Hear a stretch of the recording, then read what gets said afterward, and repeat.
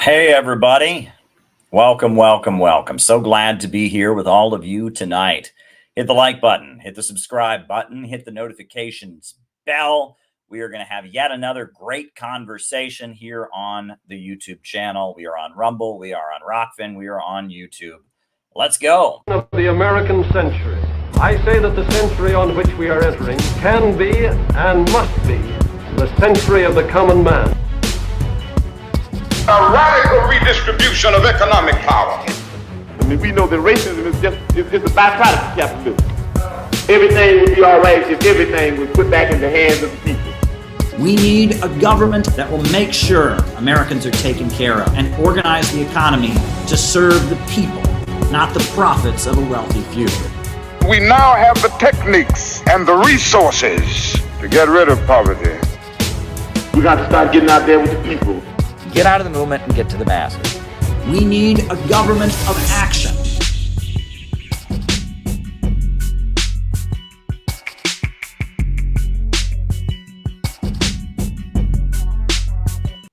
Welcome, welcome, welcome. I am so glad to be here with all of you tonight. I just did an amazing interview with Kim Iverson. It was absolutely tremendous. It's all on Rumble. I'll have it up on this channel soon. I'm just waiting for when I can put it up on this channel. There's a clip of it on YouTube on Kim Iverson's channel. We talked for well over an hour, about an hour and 18 minutes. We talked about Yemen. We talked about my experiences in Iran. We talked about Israel and what Israel's doing and American imperialism and Christianity and all kinds of stuff. It was a great conversation. Yeah, I'm really happy about it. I told you all yesterday there was going to be a big interview today, that I didn't want to jinx it. You know, you don't want to say, oh, and I'm going to do this tomorrow, and then something happens and it doesn't happen. You know, so I didn't want to jinx it, but it happened. I have been on her show before, but this time we talked for a whole hour. It was a great conversation. I'm really glad I had that opportunity to chat with Kim Iverson. She's got a good program. Not sure she agrees necessarily with everything I had to say, but that's fine. She's open-minded. She's anti-war. She's critical of the American establishment, and she wanted somebody on there who could talk about the Houthis. And I pitched myself. I said, hey, Kim, I think I can talk to you about the Houthis. And we talked about the Houthis and then some, as they say. So it was a great conversation. Keep your eye out for it. It'll probably be up on this YouTube channel tomorrow, maybe the next day. But yeah, that was a great conversation. Really, really glad. So yeah, we're going to just have another live stream tonight. Probably not going to go too late because I am a little tired. I do have to work. I do work from home. I have to work in the morning, and it is pretty late, but I wanted to make sure that the interview aired and everything was okay before we did our stream here tonight. So the way we do things here generally, is I give my opening remarks. While I'm giving my opening remarks, you all are sending your questions in, your comments, your questions, your Rockfin tips on the Rockfin, your Rumble rants on the Rumble, and your super chats on YouTube. You're sending in what it is you want me to talk about. And then I answer your questions in the second half of our show. When I'm done with my opening remarks, then from there, I give answers to questions. The whole second half of the show is basically up to you. You guys make the second half of our show happen. And that's what you do. So, yeah, I guess I'm going to jump into my opening remarks. Couple other announcements though, right? Why not get some announcements in while we're here? Get some announcements in. We have endorsed, and I have talked to Angela McCurdle of the Libertarian Party, our good friend who came on this channel. I spoke with her. Obviously, she doesn't agree with our socialist perspective, but she's anti-war just like we are. She is happy for our endorsement, and she appreciated our support. I plugged them on the Kim Iverson show. We're golden. We are officially endorsers of the Rage Against the War Machine to Defeat the Deep State rally, February 17th in Washington, D.C. We are official endorsers of that rally, and we're proud to be such. We are proud of it. Yeah, we're really happy about that. Really happy to hear back from them. And yeah, we're on board. We support it. we're heading to Washington, D.C. That was a great breakthrough. So mark your calendar. Come to Washington, D.C. February 17th to be part of Defeat the Deep State, a very important rally. We're going to have a special intervention from CPI. We're doing something special for the rally. We're going to do something special to show our support for the demonstration. I've kind of dropped hints as to what it will be. It's not like a huge surprise, but I'm not going to go into huge detail about it till it's done, right? You never want to, announce you're going to do something until you're ready to actually do it, until it's all things are go, until you're ready for liftoff, as they say. We're in the process of producing something very, very nice to complement the rally. So there's that. And I'm very, very happy about that. So we've got that going on. So I just wanted to get that announcement out of the way. And we are having probably in May, there's going to be a CPI workshop, a national workshop, in which we will roll out the new textbook, which I'm writing. I'm taking my time here to write the new textbook. We are going to roll out the new textbook in May at a national workshop that we are doing in Vermont. So it's going to be on the East Coast, our national workshop. We've done a couple. We did one in Kansas. We did one in Missouri. We did one in Saxton, Pennsylvania. We just did one in Portland, Oregon. We are going to have a national workshop, this one with all new material. That'll be level 2, basically.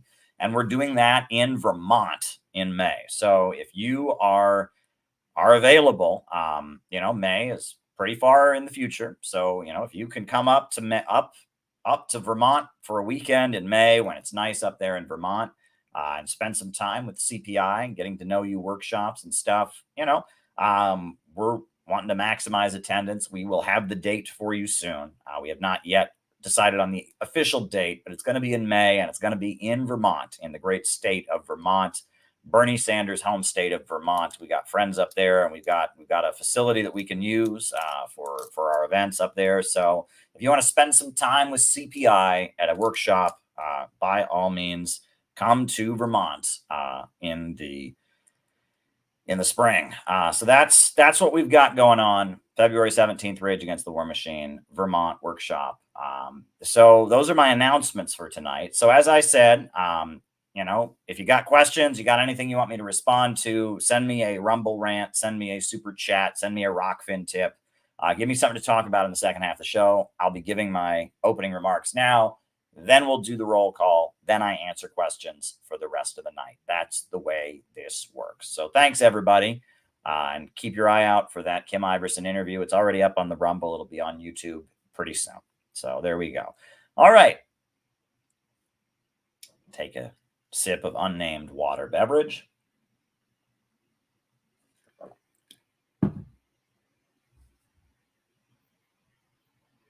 Folks,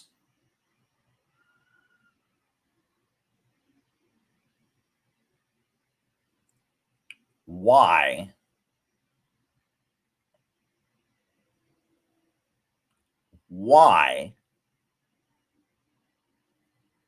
does it seem that there are forces that have positioned themselves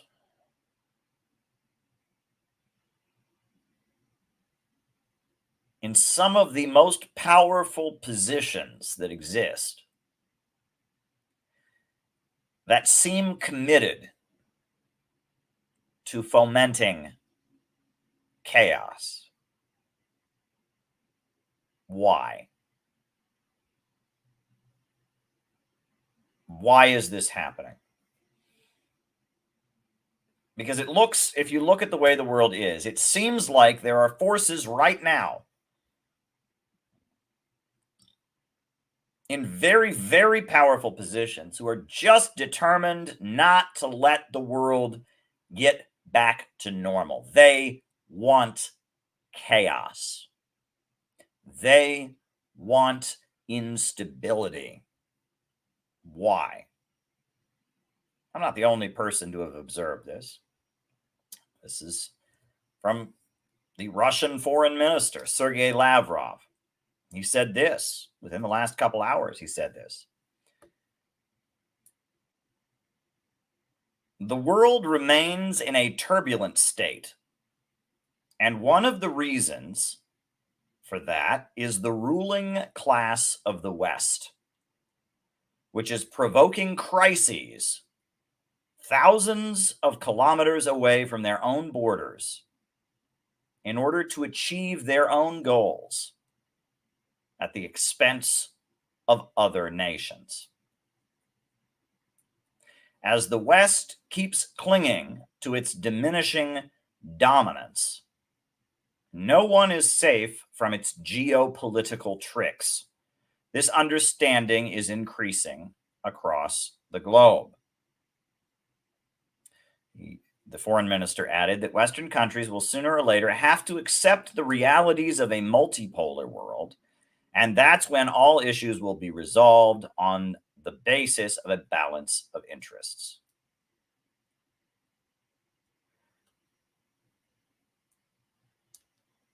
It's interesting terminology he used. He talked about the ruling class. That's Marxist terminology. Russia is no longer a country that promotes or advocates the Marxist worldview. The Soviet Union is long gone. But yet,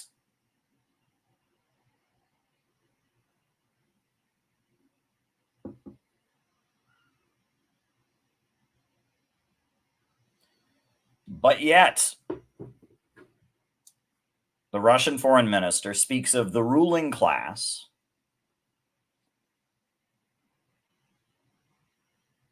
in the West provoking crises thousands of kilometers away from their own borders in order to achieve their own goals at the expense of other nations.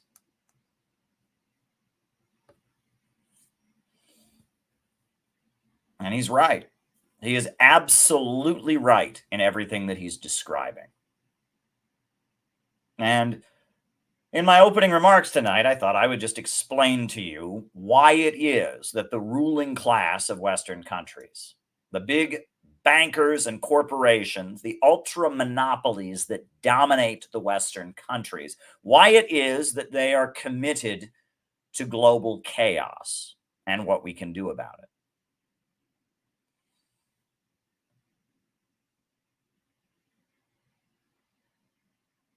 One thing that I've been trying to communicate to all of you, it's vital to understand if you're going to understand the world in our time, is that we are not up against capitalism. We live under a form of capitalism, but we are up against imperialism. And imperialism is capitalism in its monopoly stage. There's a lot of confusion about what capitalism is.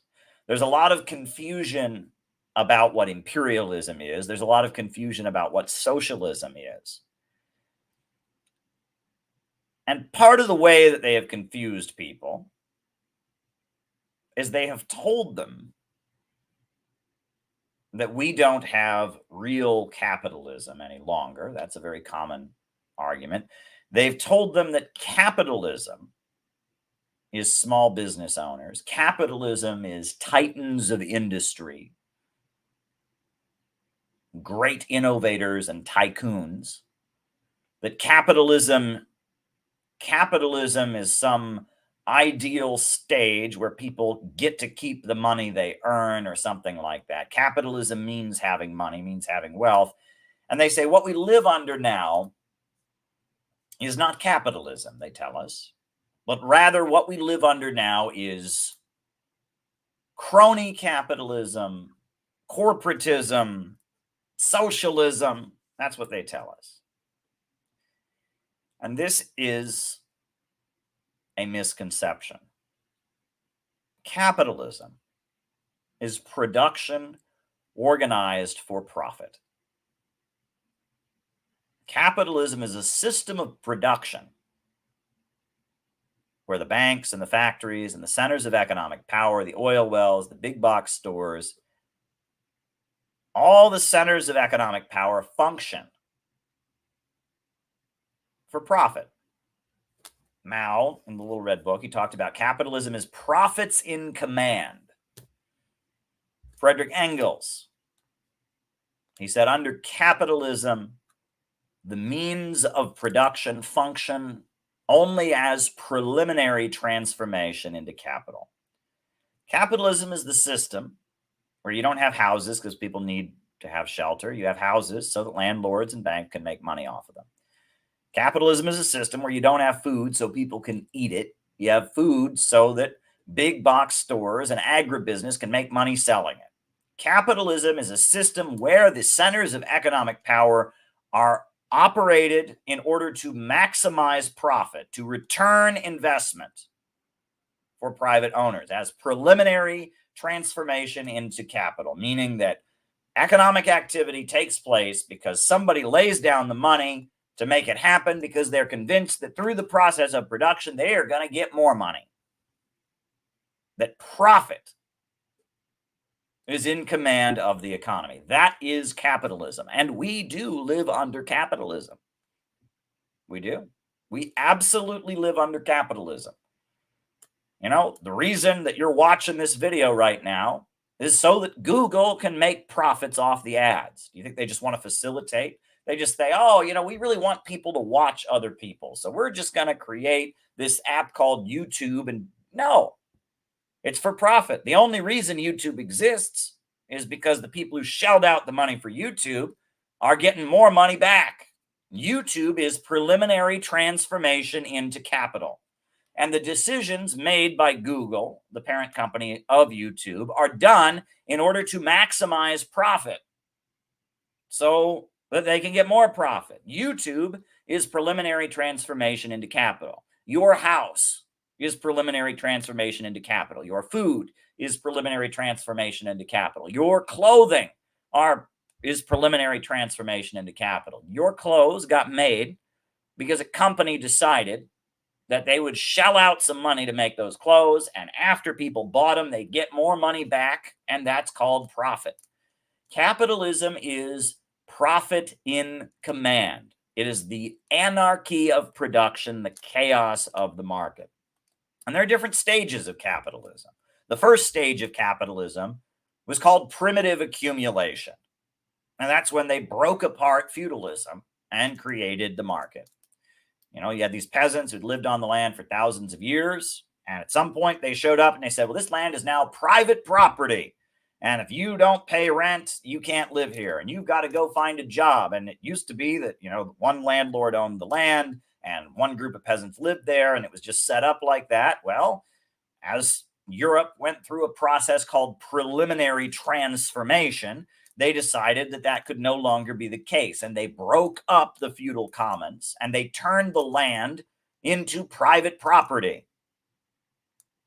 People talk about how capitalism originated with the biggest examples of mass theft in history. People who'd lived on the land for generations, hundreds of years, their families have been living there. And all of a sudden they showed up and they said, well, this is now private property. This ain't a feudal commons no more. This is private property. And they kicked them off the land.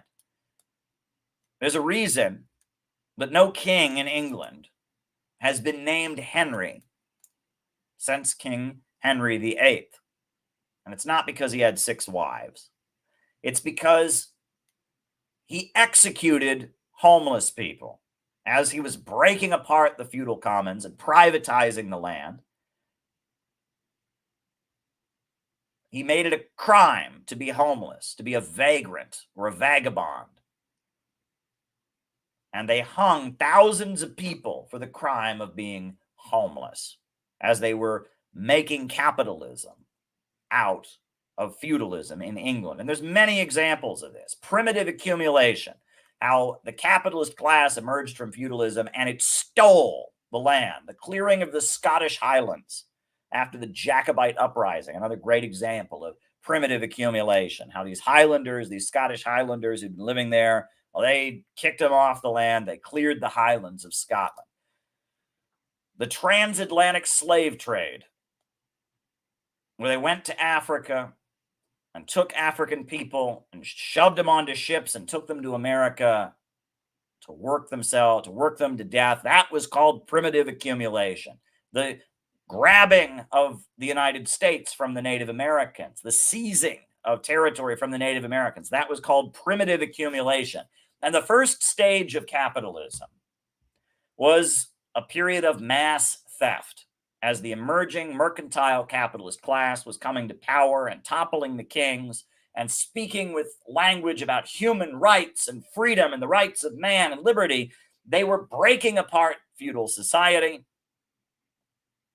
and they were replacing it with a society where money rules. In feudalism, the crown rules. In feudalism, mystical chivalry rules. The Pope rules. You rule by your hereditary title. You rule by all kinds of elaborate ceremonies.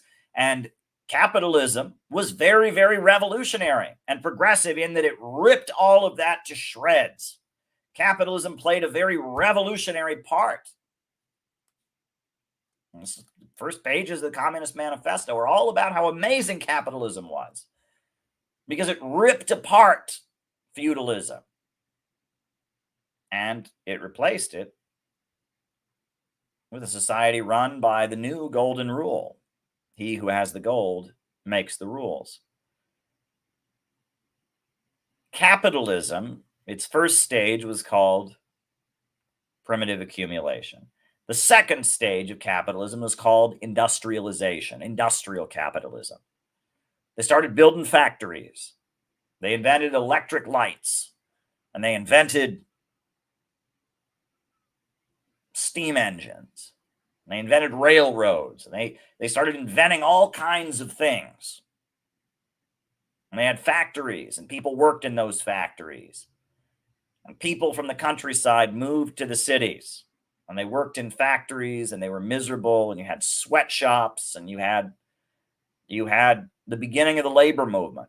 You had workers banding together and saying, we're not going to work for you if you don't pay us a better wage. You had industrialists, factory owners facing off against employees, workers. And that was industrial capitalism, the age of the factory owner. But in the 1890s, capitalism entered a new stage. The factory owner, the industrialist, was no longer running the show. Imperialism is the age of the banker. And there's a difference between an industrialist and a banker. Both of them are capitalists. Both of them live by owning rather than working, right? A proletarian lives by renting himself out to his boss, but a capitalist lives by owning. The capitalist class owns for a living. The working class labors and sells their labor power for a living. And those are the two classes that define capitalist society. But the industrialist, his profits come by producing products. He creates products. And the more of those products that sell, the more money he makes. And the industrialist believes in historical progress. Because the wealthier people are, the more products they can buy. I did not receive a super chat. The wealthier people are, the more products they can buy. The more prosperous the society is, the more infrastructure a society is. You're on the list. The more infrastructure a society is, the more higher the living standards are, the better things are for the industrialist. The industrialist makes things, or he hires other people to make things. And he profits by selling those things. A banker, a financier is very different than an industrialist. A financier, a banker, makes money by having money. He lends money, and his loans get paid back with interest. He does not create any value in the process of lending money and getting his loans paid back. And this is what is called fictitious capital. He makes money by having money. He creates no real value. And historically, that's why the Bible, the Quran, the Torah, all the major religions tend to forbid lending money at interest, is because no value is being created in the process. And when you have a group of people where all they have to do to make money is have money to begin with, pretty soon they get exceptionally wealthier than everybody else because they don't have to do anything in order to make money. And pretty soon governments are in debt to them. And pretty soon all the industries are in debt to them. And pretty soon they are at the center of society. And in the 1890s, capitalism moved into a stage where the financier, the banker, had triumphed over the industrialist. The industrialist was subdued and the banker was on top. And the banker has a very, very different interest than the industrialist. The industrialist makes his products, hires workers to make products, sells the products. The banker just lends money. He lends money, he gets paid back loans. The financier has no interest in seeing material progress. In fact, the poorer people get, the more they're going to need to borrow from him. In fact, less progress in the world means that he sits at the center of the global economy. The banker wants to be the center, the middleman in all transactions.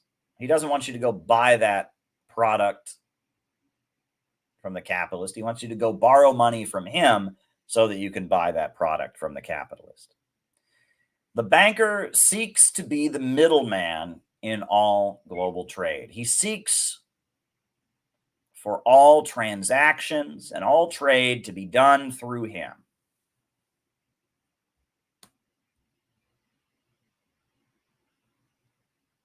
And the banker, the financier, as he becomes the dominant force in capitalism, capitalism begins holding back economic development. And this is what you need to understand if you're going to understand why the Western elite want chaos. When the British Empire went to India, what did they do? They saw these people in India that had been weaving for thousands of years. What did they do? They said, wow, great weaving you're doing. Weave us some of that great cloth. Weave us some of that great silk. Did they do that? No. They burned all the looms. They forced them to import their cloth from India, from Britain. You know, Mahatma Gandhi.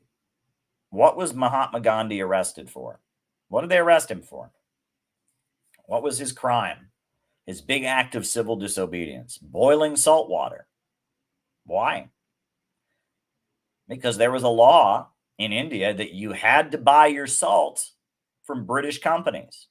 British monopolies, British corporations said that they had to sit at the center of the salt trade. And so Gandhi, to make a political statement, he boiled salt water from the ocean to make his own salt. And that was deemed to be a crime. I see there's 2 super chats that have come in. Greatly appreciated. That was deemed to be a crime because of the fact that he was violating the property rights of the British corporation that had a monopoly on salt, right? The financier had to come between Gandhi and his salt. You can get salt from salt water, but they said no. You can only get salt from a British corporation. The American Revolution, what was that about? The Boston Tea Party. The colonists were being told that they weren't allowed to buy tea and import tea themselves. They had to buy from the British East India Company, the Dutch East India Company. So they went and they dumped the tea into the harbor.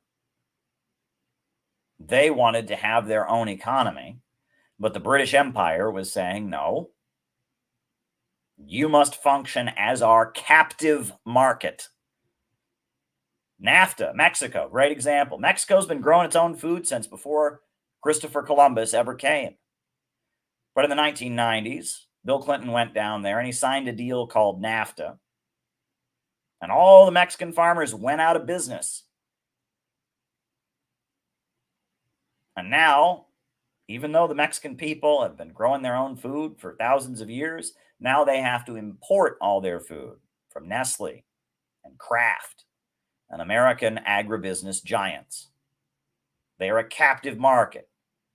Imperialism is about holding back economic development to preserve the monopoly of financiers.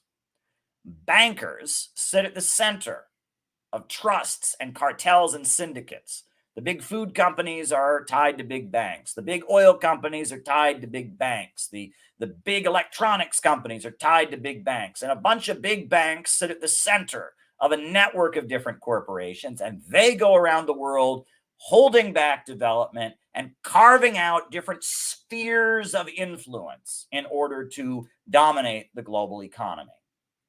This is imperialism, the highest stage of capitalism. Vladimir Lenin wrote a very, very good book called Imperialism, the Highest Stage of Capitalism. And he described how the industrial age of capitalism had been left behind, and we had entered the stage of imperialism. And in our textbook, We Are City Builders, we have Lenin's definition of imperialism written out on page 21. We have his actual definition of what imperialism is. This is what Lenin said imperialism is. Imperialism is not when one country attacks another country. Imperialism does not mean military adventurism. Imperialism is a specific historical stage of capitalism. It is a specific character, is threefold. Imperialism is monopoly capitalism. Imperialism is parasitic or decaying capitalism, moribund capitalism. The supplanting of free competition by monopoly is the fundamental economic feature, the quintessence of imperialism.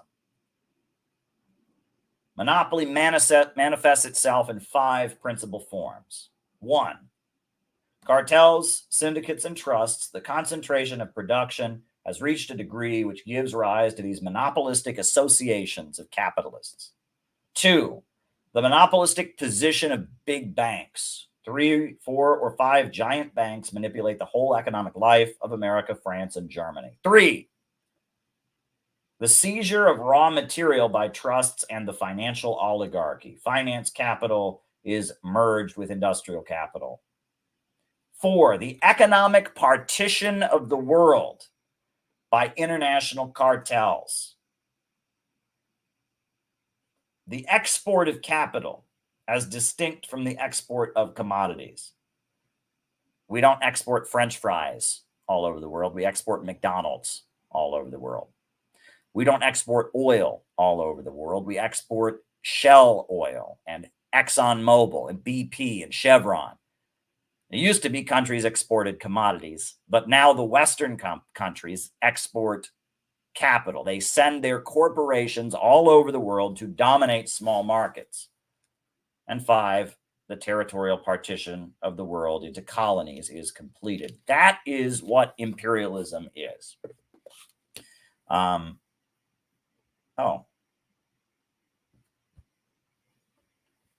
That's what imperialism is. Imperialism is capitalism in its monopoly stage, in which it holds back development. It holds back development. That is what imperialism is. Capitalism in its monopoly stage, holding back economic development. It's the British Empire system. It is the rule of the world by the London Stock Exchange and Wall Street. It is the rule of the world by a few gigantic corporations. And it is capitalism because production is still carried out for profit. Profits are still in command. Things only get done because a profit can be made. So it's still capitalism, but it's not competitive capitalism. It's monopolistic capitalism, where a few cartels and a few banks dominate the entire global economy. And what I would like you to all to understand, and what is missing from so much of what passes for socialist or Marxist rhetoric on the internet, is that what we are fighting against in our time is imperialism, not capitalism. Capitalism is a form. Let me rephrase that. Imperialism is a stage of capitalism. But we're not trying to fight against every business owner. We're not trying to fight against every person who invests and gets a profit on something. We're not trying to fight against a store owner or someone who owns a small restaurant or a hotel. We're not trying to fight against somebody who invents a new kind of software and makes a profit from it. We're not trying to fight against production for profit entirely. We are trying to fight against imperialism. Imperialism, the domination of the world by a few big banks and corporations. And we want to replace the huge monopolies that dominate the world with popular power. And that is the nature of the modern struggle. We are not struggling against every person who makes a profit.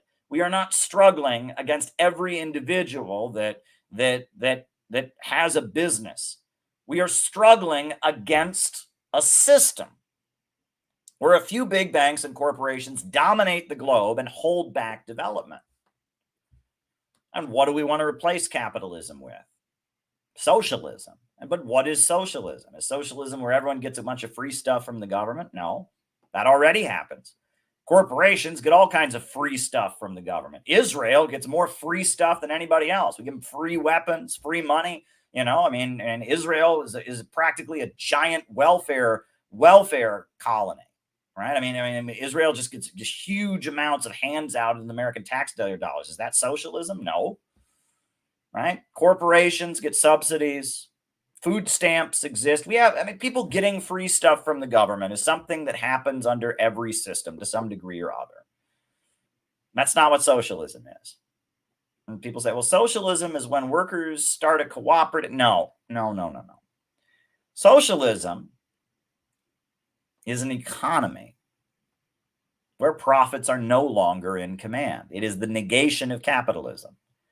It is a society where the banks and the factories and the major industries are forced to work in the interest of public good and not the profits of a wealthy few. It is the abolition of the anarchy of production and the chaos of the market. Socialism is when those giant banks and those giant power plants and oil wells and big box stores and farms are forced to produce in the interest of society overall, not in the interest of a small clique of big bankers and monopolists. And that's what socialism is. Socialism is a centrally planned economy where the major commanding heights of economic power are forced to work in the interest of society overall. That is what socialism is. And China today is a great example of a socialist society. They have flaws, corruption, authoritarianism. You can criticize them all you want, but they are a socialist society because they have 5-year economic plans. They have state-run industries. They have a powerful government with 90 million members that regulates and controls the economy so that growth is no longer restrained. And that is why they have lifted 900 million people up out of poverty. That is why they have the world's biggest telecommunications manufacturer, the world's biggest power plants. They make half the steel in the world. That's why they've raised so many people up. That's why they're building high-speed railway. They've got the fastest trains in the world because they have abolished the anarchy of production. Now, are there capitalists in China? Yep. There's capitalist store owners. There's capitalist hotels, there's capitalist software companies, there's capitalist meat suppliers, there's capitalists in China. But the capitalism has been subdued, and the anarchy of production is not in command. You have a centrally planned economy. Imperialism has been defeated, and instead a popular government controls the means of production, which are sometimes private, sometimes public, sometimes cooperative, but it controls them and it forces them to function in accordance with a central plan so that growth is continued. Planning dominates the Chinese economy, not the anarchy of production. Go and read Socialism, Utopian and Scientific by Friedrich Engels. And he makes the analogy that the difference between capitalism and socialism is the difference between the lightning and plugging in an outlet. The way the capitalist economy is, there's all this energy, there's all this production, but it's all just out there. It's all just out there running around doing whatever is profitable for the private capitalists who own it. But socialism is when that power is concentrated and forced to work in the interest of public good so that there is a delivery and so that growth is no longer restrained. Lightning, static electricity is just out there sparking and flashing. But when you plug in an outlet, all that electrical power is concentrated to bring you light, to bring you energy. That is the difference between capitalism and socialism. It is the difference between static electricity and lightning and plugging in an outlet. It is taking all the productive power that exists in the chaos and anarchy of the market and concentrating it so that you can control that energy to deliver for the people. That's what socialism is. And so that brings me to the question of why do the elite of the West want chaos? What is Lavrov speaking about when he describes how the ruling class of the Western countries want chaos? What is he describing? He is describing the fact that the only way they can stay at the top of the pyramid is to foment unrest. Because Russia and China and Venezuela and Iran and the BRICS countries are building. There's a new economy emerging. China used to not have a single steel mill before the revolution. Now they make half the steel in the world. Russia is a huge supplier of oil and gas. Venezuela has taken control of its oil and gas. It's a huge oil and gas supplying country, the same for Iran. And the world is rising. Countries are breaking out of their domination. They're seizing control of their own natural resources. And they're utilizing public ownership and planning of the means of production to raise themselves up and to become competitors with the monopolies and the cartels based in Western countries. Every ounce of oil that someone buys from Russia, every ounce of natural gas, that's oil that somebody didn't buy. From ExxonMobil, BP, Shell, and Chevron. And every phone that somebody buys from Huawei, that's a phone they didn't buy from Verizon. They didn't buy from Apple. They bought it from Huawei. And the imperialists are losing their monopolies. And because of the fact that the imperialists are losing their monopoly,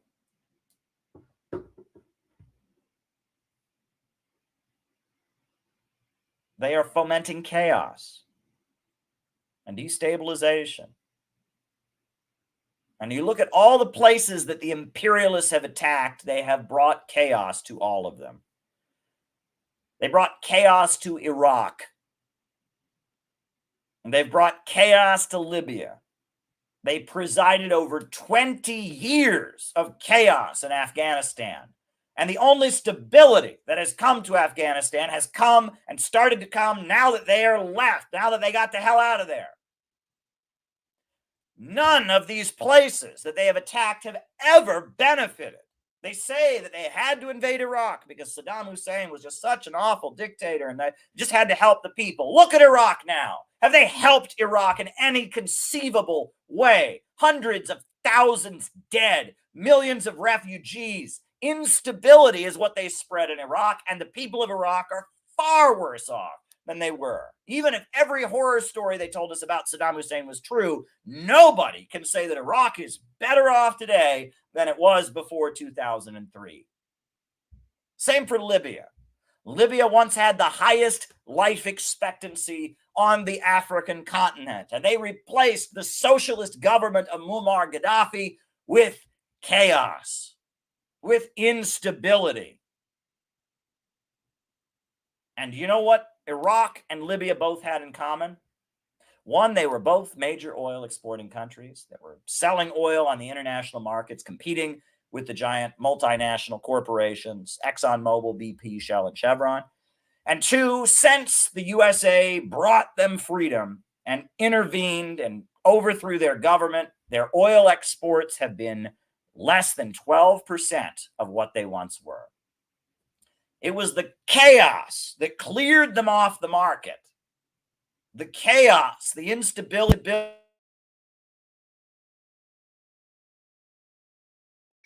It cleared them off the market.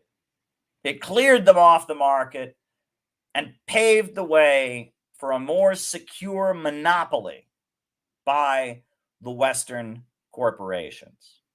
Has Syria benefited from the attempt to destabilize and overthrow the government? Bashar Assad must go. Is Syria better off as a result of that? Did Afghanistan benefit from 20 years of occupation? Everywhere these imperialists have gone, they make life worse and they foment chaos because that is what they are trying to do. Imperialism is about holding back economic development. People think imperialism is colonialism. One country takes over another country. One country goes to another country and gets their stuff. That's not imperialism. Imperialism is an economic system where a few big banks and corporations dominate the global economy and keep the world poor. And in our time, the way that they are keeping the world poor is by fomenting chaos. 10 years ago, they went to Ukraine and they started funding protesters. Protesters against the elected president, Yanukovych. Protesters who said they wanted to be part of the European Union. And what was the result of that? The result of that was violence and death in the streets. The result of that was overthrowing Ukraine's elected government. The result of that was bringing in battalions of neo-Nazis that they had trained throughout the world. The result of that was burning trade unionists alive in the house of Odessa, in the trade union house of Odessa. The result of that was murder and killing. And they created instability and chaos in Ukraine for 10 years. And finally, Russia was compelled to send its military in to end the chaos.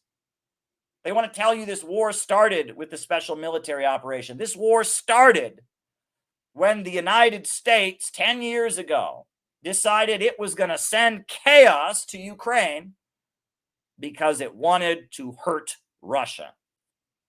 And Russia facilitated the Minsk Accords and the Minsk Agreement.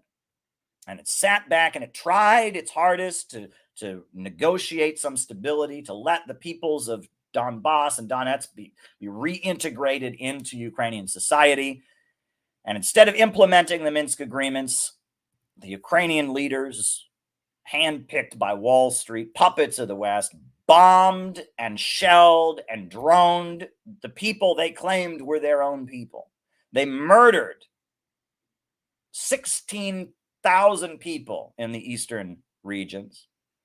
They bombed and they bombed and they bombed, and they killed and they killed and they killed. And finally, after 8 years of bombing and 8 years of shelling, Russia said, all right, we're recognizing the Donetsk People's Republic, the Lugansk Republic. We're recognizing it, and we're moving in. That's what happened.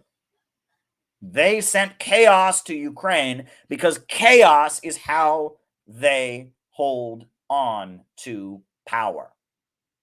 And they look at the Middle East and they see that the Islamic Republic of Iran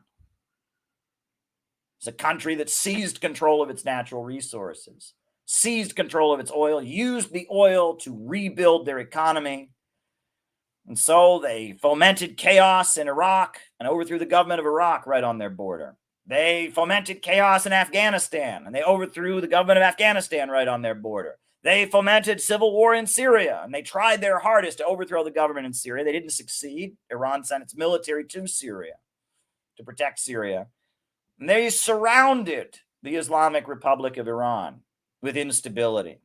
And Iran has had to spend millions of dollars and has spent millions and millions of lives fighting the criminal terrorist groups that flowed over the border from Afghanistan, the heroin dealers that flowed over the border from Afghanistan, fighting ISIS in Syria, ISIS in Iraq.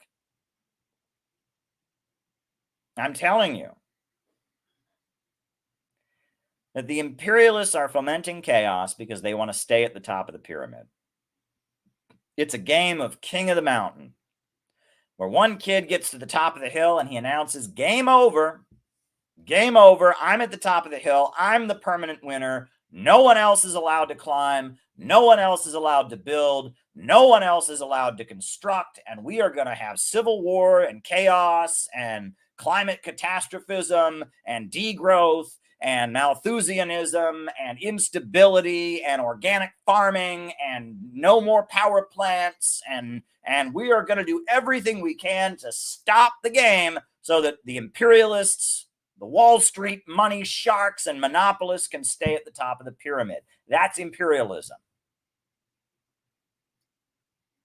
And imperialism is being defeated because with everything that they've thrown at Russia, Russia just keeps getting stronger. And everything that they've thrown at China, China just keeps getting stronger. And Venezuela, after Hugo Chavez died, after Maduro took office, they turned the screws onto Venezuela. And they did everything they could to prevent food from going to Venezuela. And they did everything they could to prevent toilet paper from going to Venezuela. And they squeezed Venezuela. And they created low oil prices against Venezuela. And they did everything they could to Venezuela. And Maduro did not fall. And the people of Venezuela are more loyal today to socialism and Bolivarianism than they were beforehand. And there is a crew of people there who are dedicated Chavistas and socialists who admire the Islamic Republic of Iran, who admire Russia and China, who consider themselves to be children of Che Guevara and Fidel Castro and Hugo Chavez, who will never surrender. There's a network of collectivos and communes where they have pictures of Jesus Christ and pictures of Stalin right next to each other, and they will never back down. And the imperialists have failed in Venezuela. I'm telling you, there's African countries in West Africa, a number of countries, Niger, Gabon, have broken their chains and become free from the domination of the imperialists. Imperialism will be defeated. And the reason that imperialism will be defeated is because its only hope at this point is trying to stop historical progress. And if that's your only hope for staying in power, if that's the only way that you can count on staying at the top, is to stop historical progress, buddy, you already lost. If you get into a situation where the only way you can keep your job is if the company stops expanding, you better start looking for a new job. If you're in a situation where the only way you can do something is for time to stop, for history to stop, for progress to stop, you need to look for something new to do. And the imperialists, the reason they're pushing climate catastrophe, the reason that they're pushing degrowth, The reason that they're fomenting chaos all over the world, the reason they're trying to talk about depopulation is because they lost the game. In the 20th century, starting with the Bolshevik Revolution, continuing with the defeat of fascism in World War II and the heroic global struggle against the Nazis, continuing with the Chinese Revolution and the wave of anti-colonial liberation struggles that swept the planet in the 1950s and 60s and 70s, something has caught fire that cannot be forgotten and erased. And the Soviet Union fell, and there were adjustments, but that was a blip. Now, as the 21st century began, Russia was back rising again. China was rising again. Bolivarianism was fomenting in Latin America. They've lost the game. They lost the game. The imperialists have lost the game because humanity will not give up. Humanity will not surrender. Life seeks to preserve itself, and human beings are innovators and creators of the highest capacity. Human beings will build, human beings will construct, human beings want a better life for their kids than they've had. Human beings want to reach a higher plane of existence. That is what it means to be a human being. And because of that, the imperialists have lost. And that's why they're fomenting chaos. And those are my opening remarks for tonight. So hit the like button, hit the subscribe button, hit the notifications bell. I hope you enjoyed my opening remarks. I always enjoy talking to all of you. Just thought it would be necessary to get on here and start talking to you all about imperialism. So glad to be with you tonight. Like I said, hit the like button, hit the subscribe button, hit the notifications bell. So why don't we do the roll call, where I call you all out as I see you, names and locations, names and locations.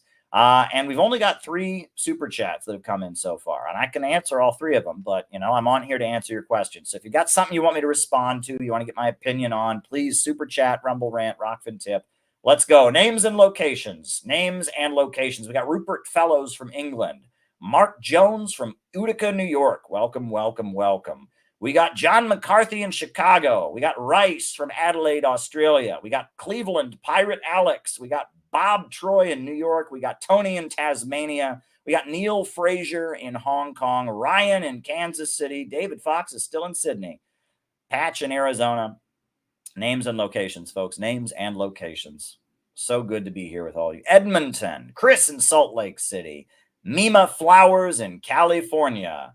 Trentino, Italy. Nick in Tampa. Welcome, Nick.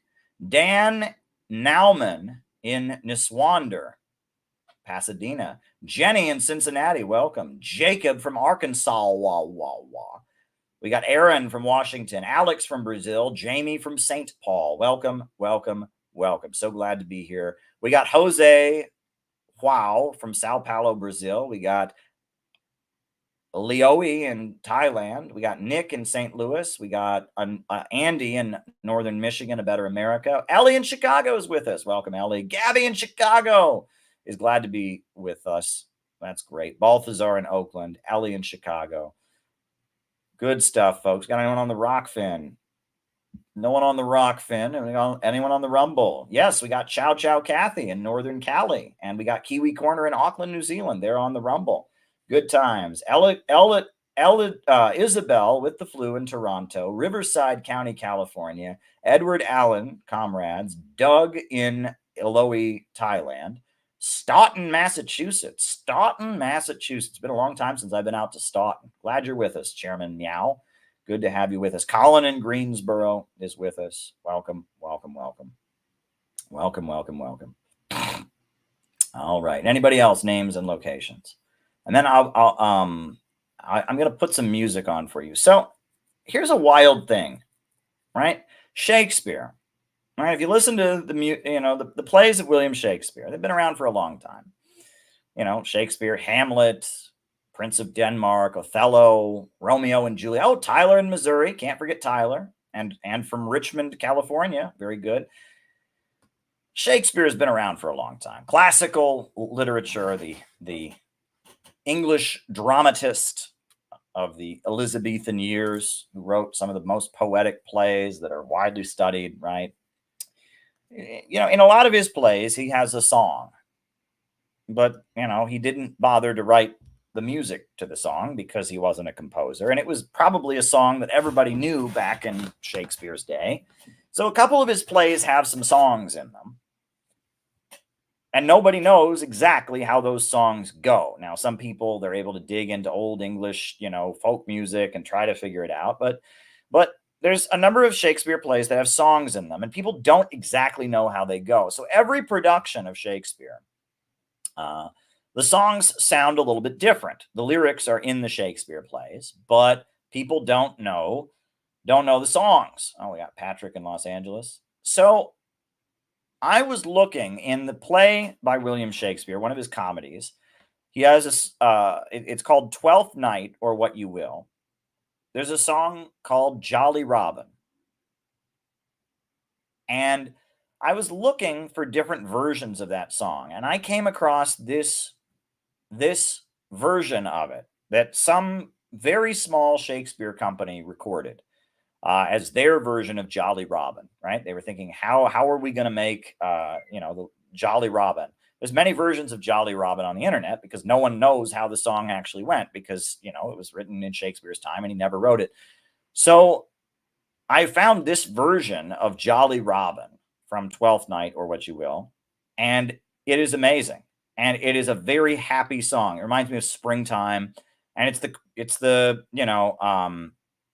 is the chorus of some Shakespeare company, and it's only got a couple thousand views. I mean, it's not widely watched. It's been on the web for years, but I really like this. I wish it was a little bit longer, but this is a version. This is one Shakespeare company somewhere in the country, their version of Jolly Robin, the song from Twelfth Night, or What You Will, and it's really special.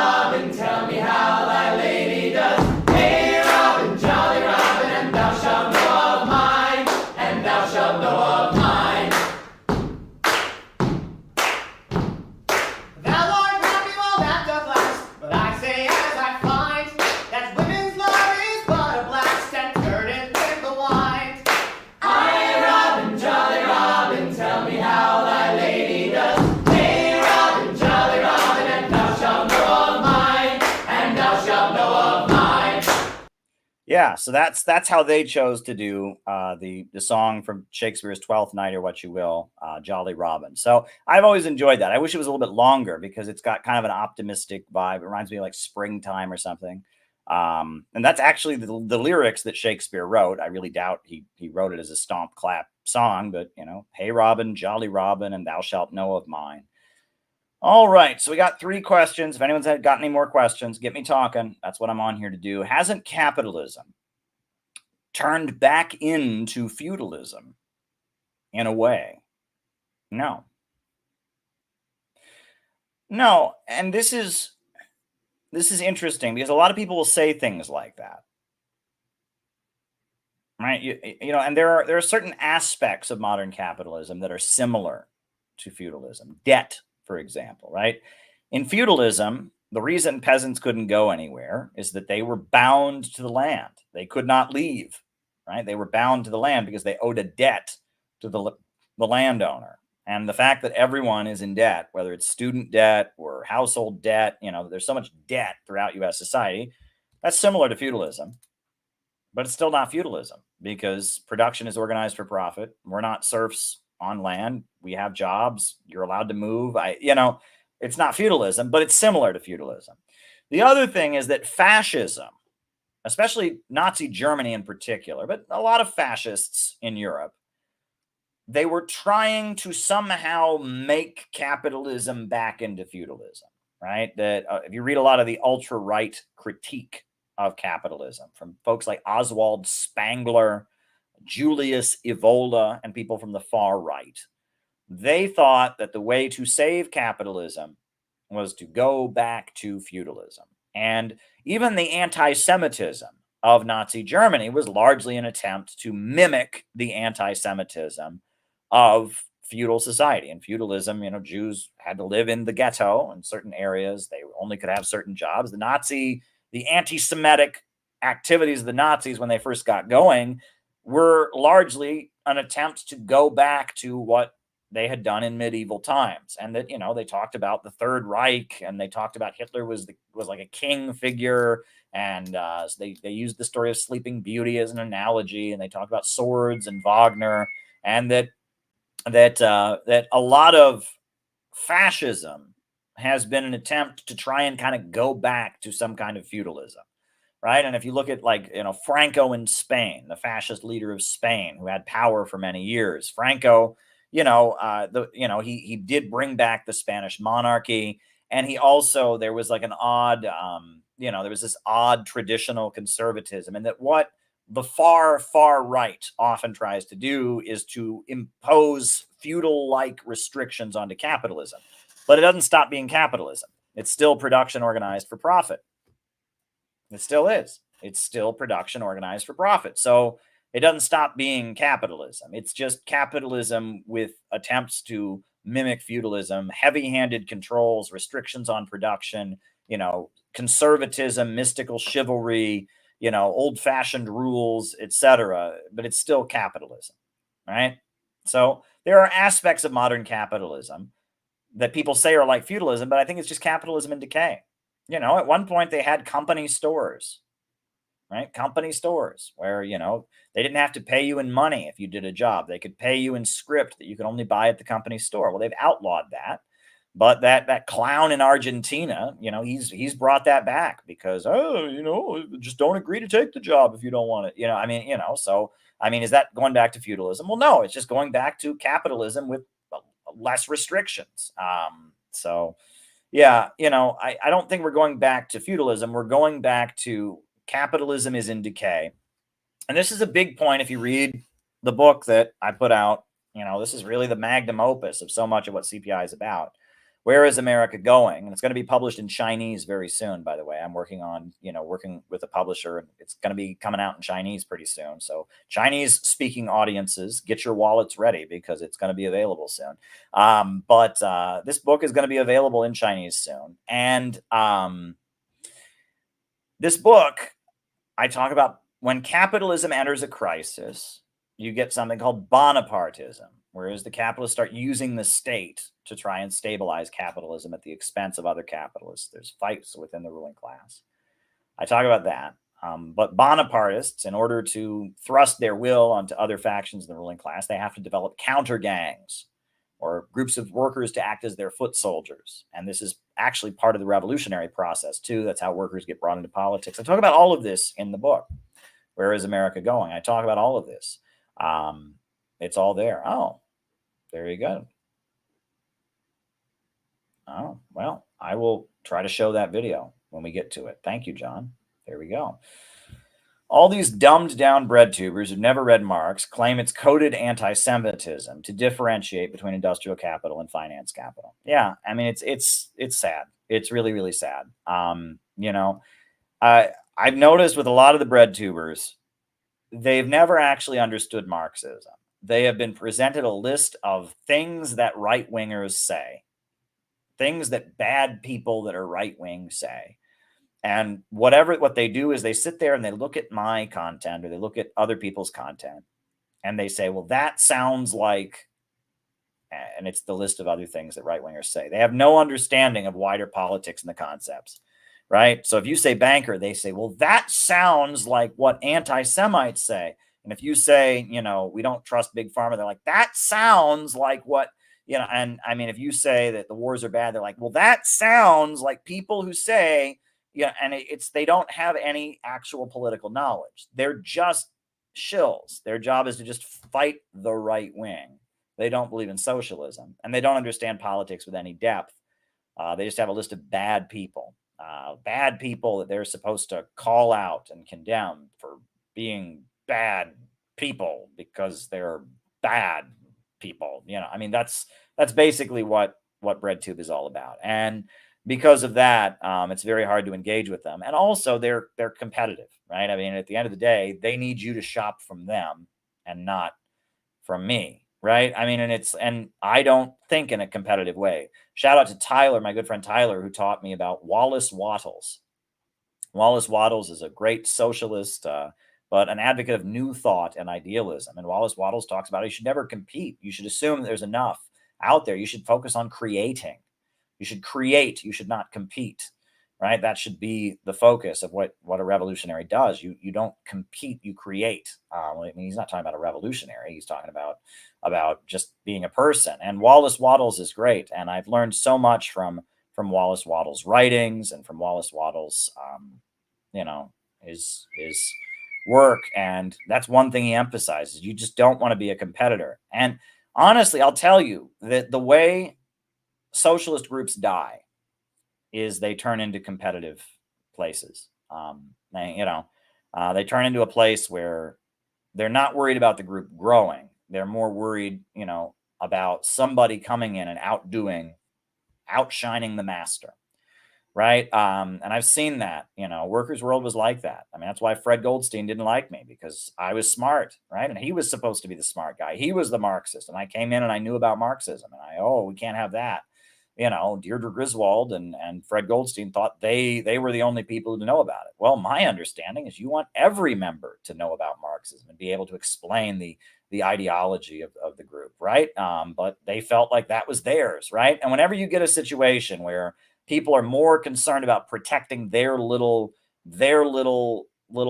position than they are about actually expanding the group and actually growing, you're in a dangerous spot.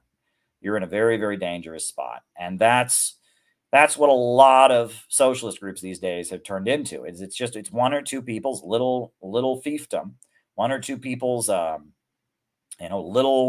kingdom, and they're more worried about someone coming along and outdoing them than they are about actually having the group grow or expand. And that's when organizations die and collapse in on themselves. That's what you get.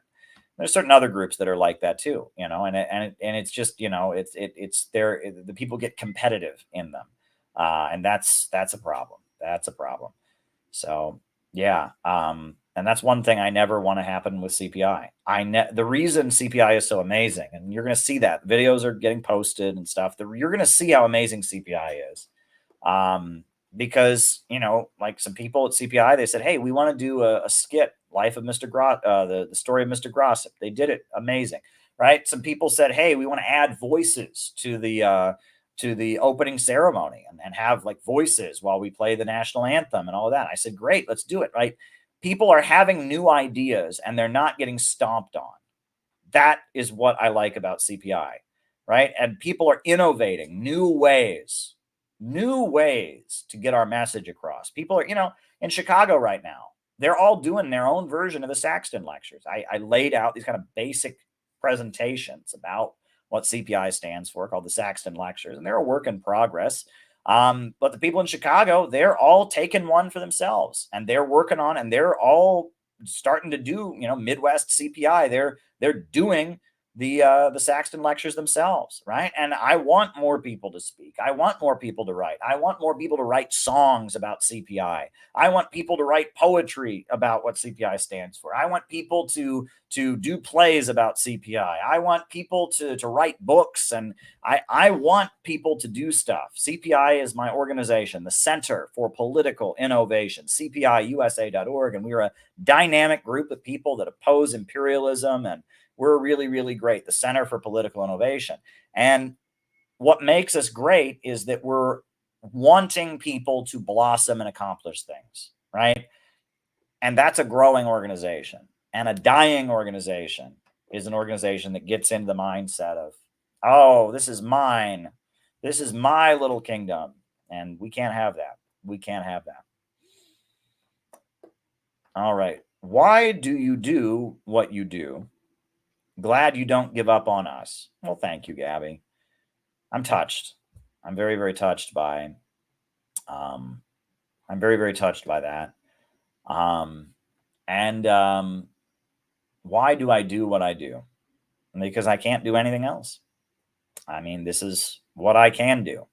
This is what I'm motivated to do. This is what I like to do. This is how I have learned to exist. This is the person that I am. I can't not do this, right? If I could not do this, I probably would have done this, but I have to do this. This is who I am. And this is what keeps me going. And this is how I've learned to be happy. This is how I've learned to exist, right?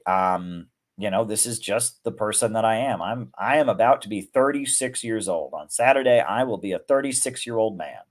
And I can't imagine myself doing anything else because this is who I've always wanted to be. And it's hard. And, people sometimes disappoint you. And I make mistakes too. There are things I've done that, have made my life a little more difficult. And, but I just got to keep going, right? And this is who I am.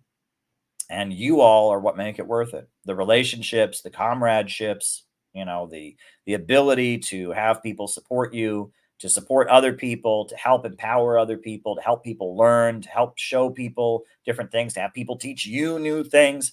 The relationships that you have doing revolutionary anti-imperialist work are amazing, There was an old communist who said to me one time, Caleb, being a communist, life doesn't get much better than this. And he was right. He was absolutely right, right? It's an acquired taste. It's not for everybody. Not everyone can live this way.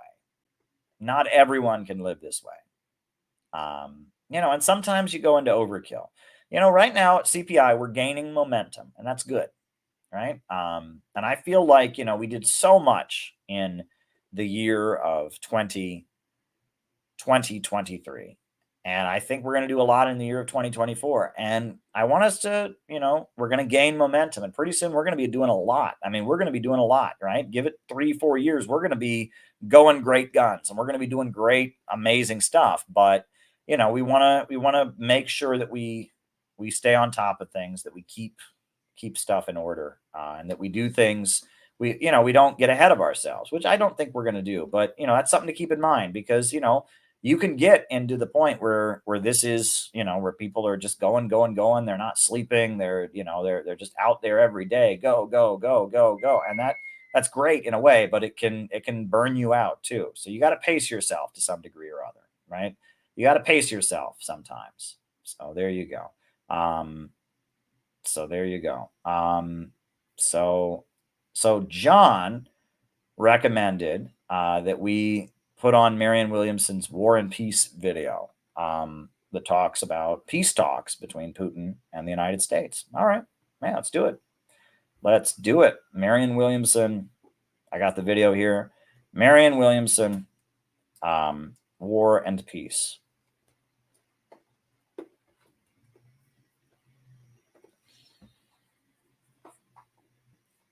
I'm Williamson, and I want to talk to you about issues of war and peace. In 1960, John F. Kennedy won the presidential election. His predecessor was Dwight Eisenhower. He had served 8 years as president, and he'd also been the supreme Allied commander during World War II. In Eisenhower's farewell address, he gave a speech where he coined the phrase military-industrial complex. True. That's true. And Carol Quigley, who I have quoted a lot, who was, kind of a source for the analysis about the Yankee and Cowboy War and divisions in the ruling class. He was writing about that at the time as well. That, the 1950s was very clear. There was a section of the U.S. economy that was tied to military spending, that was the source of what they called the far right wing or the ultra right wing, the McCarthyists. And they were in some ways, tilting the overall interests of U.S. imperialism. And yeah, I mean, that's true. As Eisenhower was leaving office, he warned about the influence of the military-industrial complex, because even he, as a Republican president, was feeling like, okay, there's some people that are just committed to making money on war that have politics that are wacky. Obviously, this was a man who knew war, and he was a man who was not afraid of war. But he also knew and understood what corruption meant. And he knew that a relationship between business and Congress and war was dangerous for the future of the United States. That's why he warned us. And yet today, Eisenhower's worst fears about the military-industrial complex have indeed come true. Today, war is big business in the United States, and very few of us doubt that anymore. We have a situation where our yearly budget, for instance, our defense budget is somewhere around $858 billion. And it's become obvious that whether our president is Democrat or Republican, they fall in line with the defense industry. Yeah, well, it's not just that, though. I mean, this is, imperialism is not just they want to make profits from war. That's a big part of it. But, it's largely about defending their monopolies, right? And this is something that liberal analysis often misses. The military-industrial complex certainly is part of it, but they don't want to destroy Russia just because they want to make money on selling weapons. They want to destroy Russia because Russia is trying to, is selling oil on the markets and competitive with them. They want to dominate the world. They want to dominate the world and have no competitors. They want to hold back development. And that's, this is the kind of liberal analysis that you get that kind of misses that part. It's just like, well, these companies make profits from war and they're corrupting our politics. All that's true, but. And it gets worse. There have been wars fought in our lifetime. Definitely Iraq, the last 20 years of Afghanistan, where it is so obvious to everyone that in the final analysis, those wars had less to do with righteous foreign policy and much more to do with price gouging the Pentagon, the billions and billions of dollars that would be made by the military-industrial complex. In fact, put all those together, and we are talking trillions. Now, this is simply one more area where the American people feel that somebody's in control. They're not totally sure who, but we feel clear it's not us. And now there's war going on everywhere. There's war in Gaza. There's war in Ukraine. And the United States alone has over 800 military establishments in 80 countries of the world. This is one of many areas where it's time for the people to take back the power. And we take back the power by taking back the conversation. We've been trained to simply farm out our best thinking. We figure somebody's handling those things. There's the Defense Department, there's the State Department, there are all those committees in Congress, there's the Commander-in-Chief.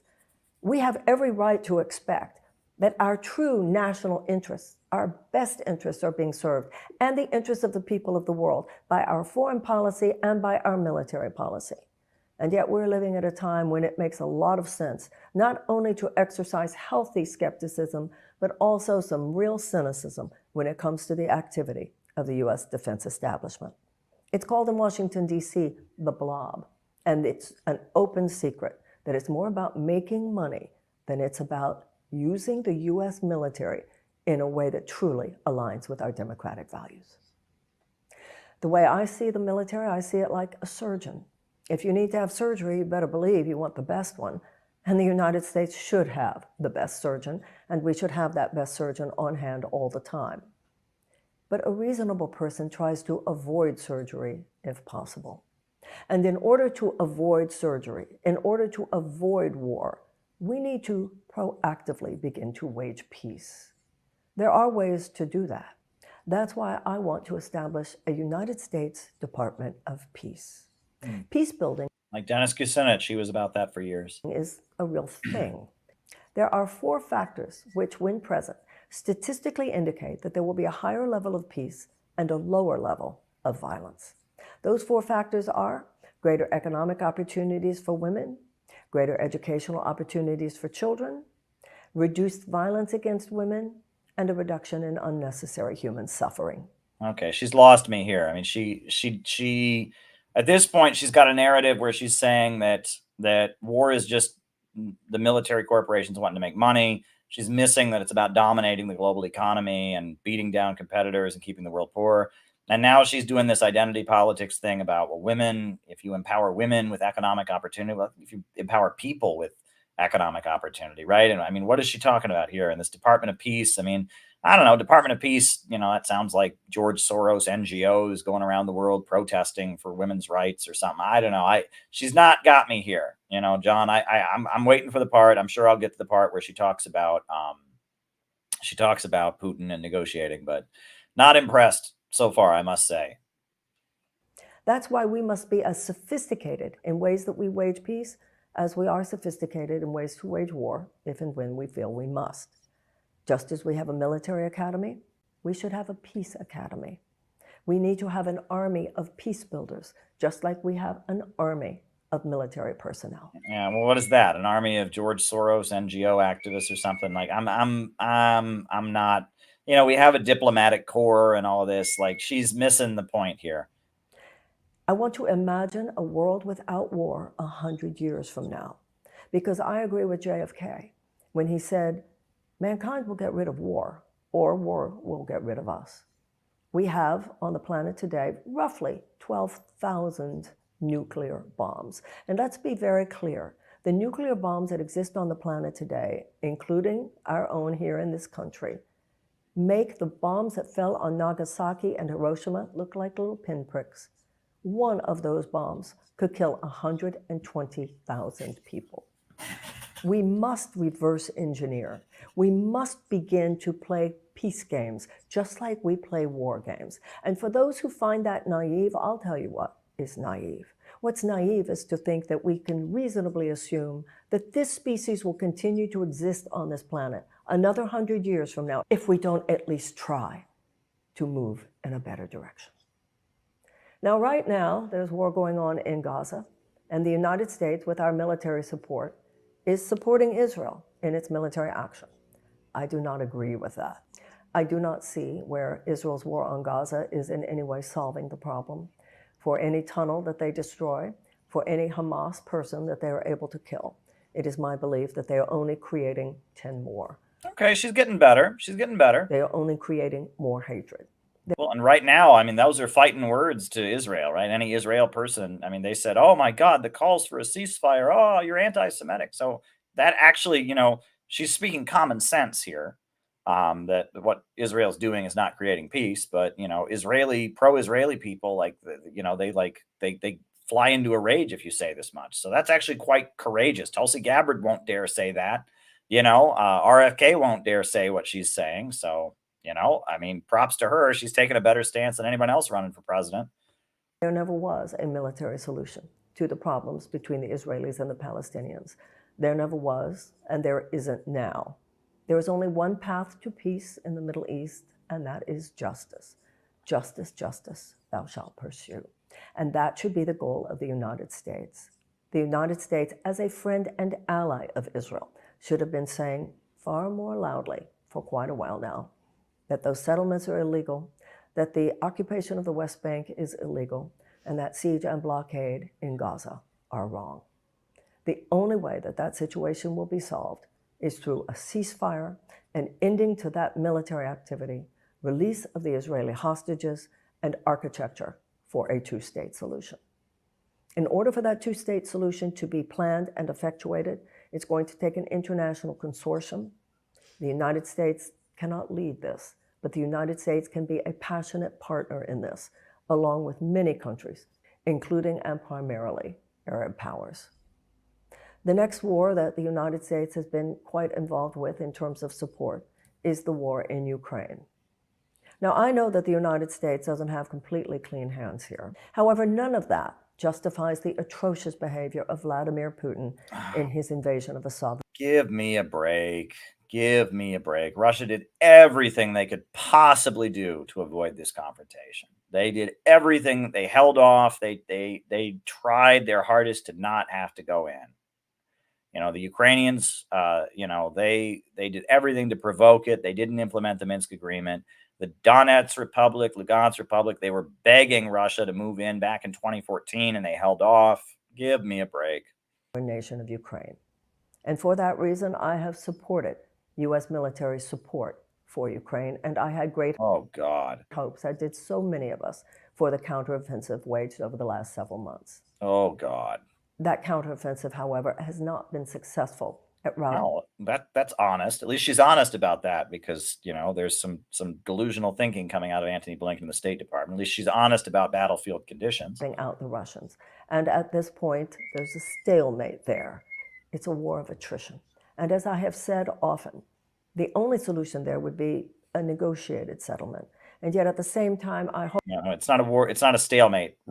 Russia won, Ukraine lost. That's the situation, right? And now Ukraine is desperate to grab any person they can find off the street. It's over. It's over. Donbass is Russia. Hope that it could be a negotiated settlement in which there still is a Ukraine to negotiate. Oh my God. Russia doesn't want to seize and destroy all of Ukraine. If they wanted that, they would have done that by now. They want to protect the new republics. That's what they want to do.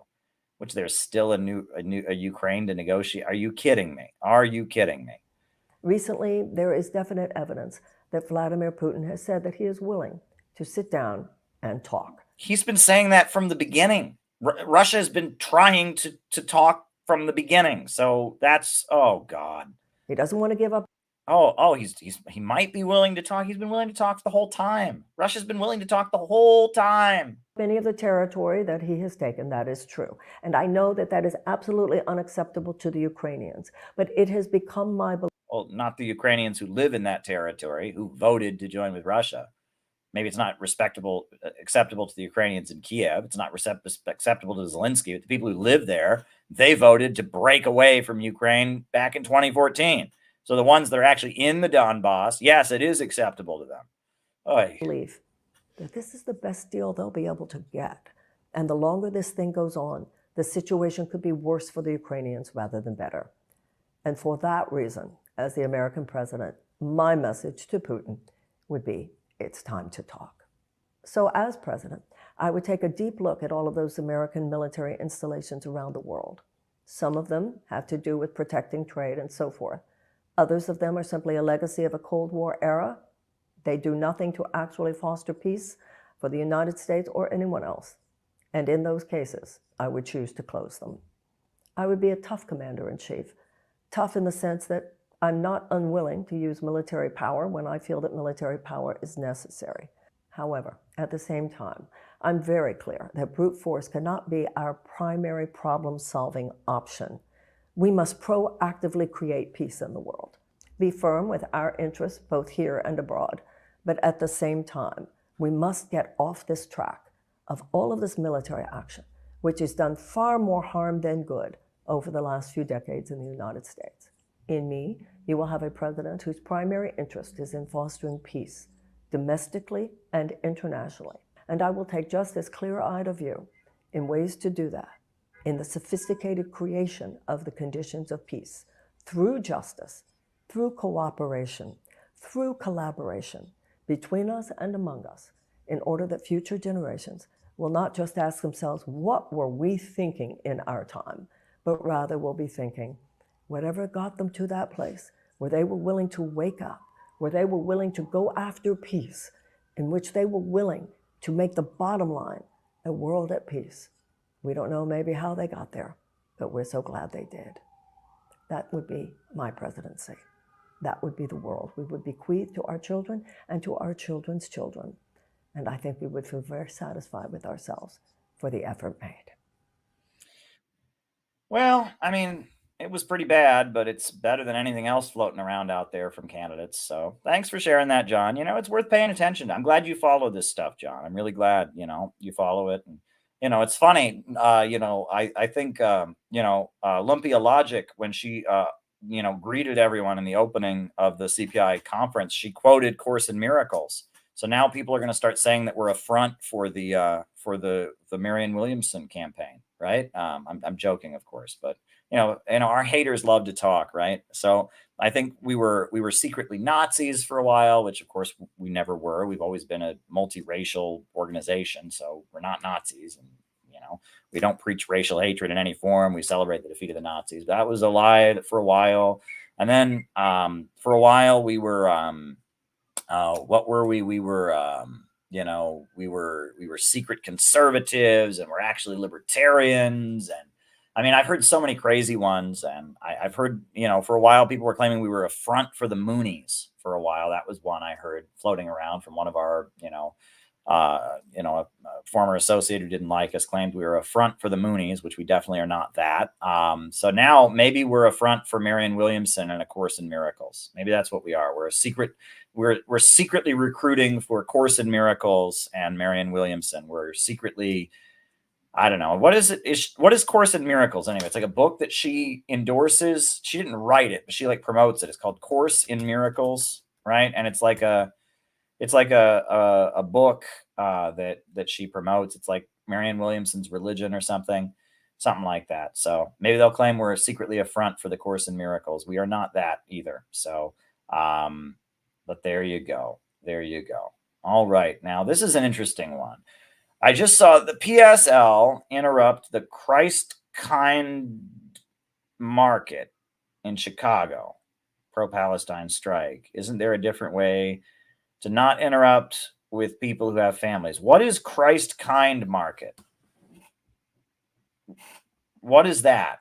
What is that? I just don't know what that is, right? Is that a religious thing? I'm Googling it. Christ-kindle market. What is that? Christ-kindle market in Bethlehem, Pennsylvania. It's a Christmas market. Oh, it's a Christmas market. Christ-kindle market, right? It's like a Christmas market. Is that like a fancy word for a Christmas market? I see. Christ-kindle market is a Christmas market held annually at Daly Plaza in Chicago, Illinois, United States. The festival attracts more than 1 million visitors each year. Oh, well, see, that's a Chicago thing, I didn't know about that, but I'm not a Chicago guy. But there you go. So they interrupted it. I don't know.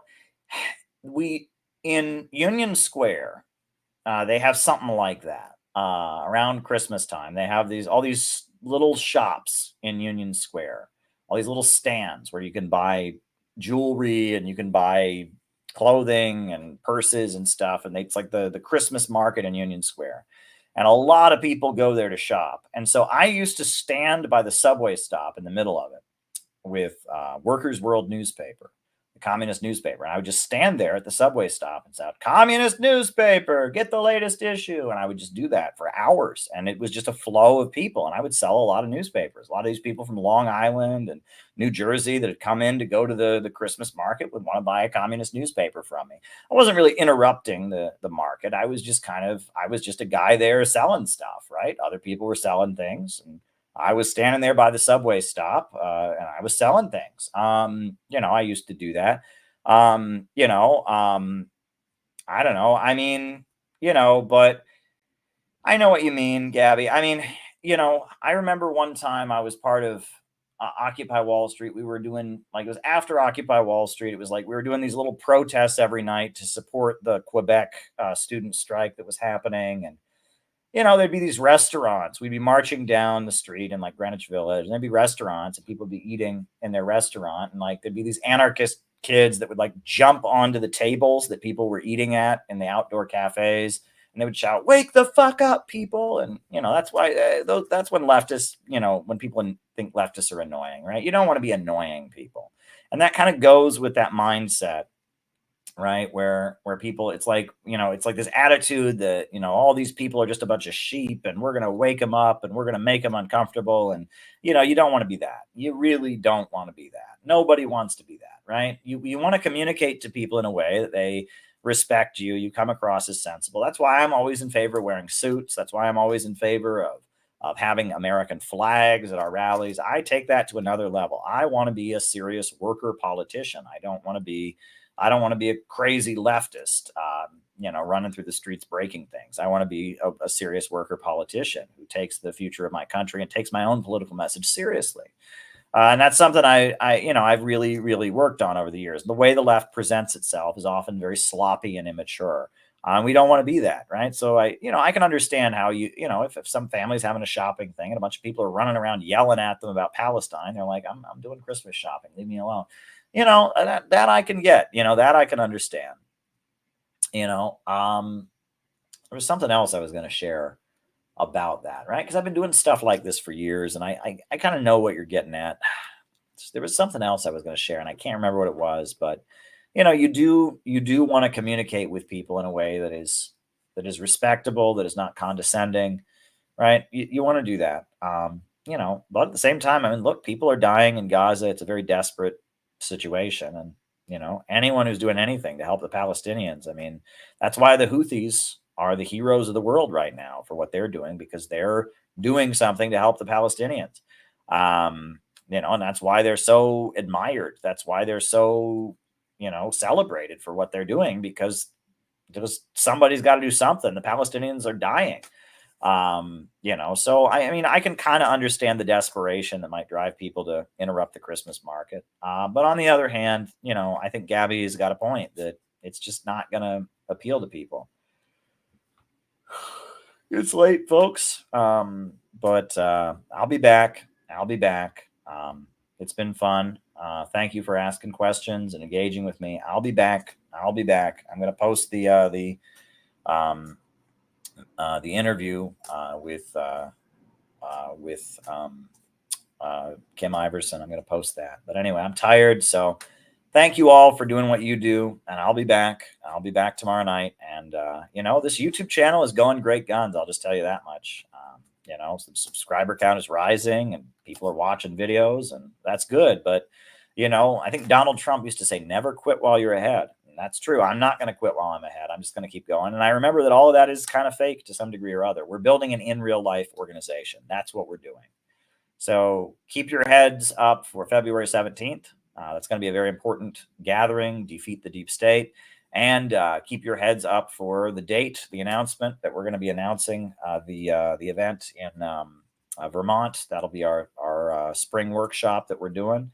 Our organization is marching ahead and moving forward. So I guess I will put on the closing music. And as I said, I'll be back soon.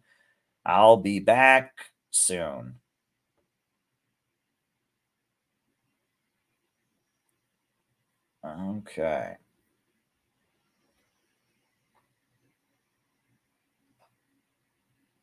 Upsurge in the struggle against U.S. imperialism is now emerging throughout the world. Ever since World War II, U.S. imperialism and its followers have been continuously launching wars of aggression. But the people of various countries have been continuously waging revolutionary wars to defeat their aggression. And while the danger of a new world war still exists, and the people of all countries must get prepared, revolution is the main trend in the world today.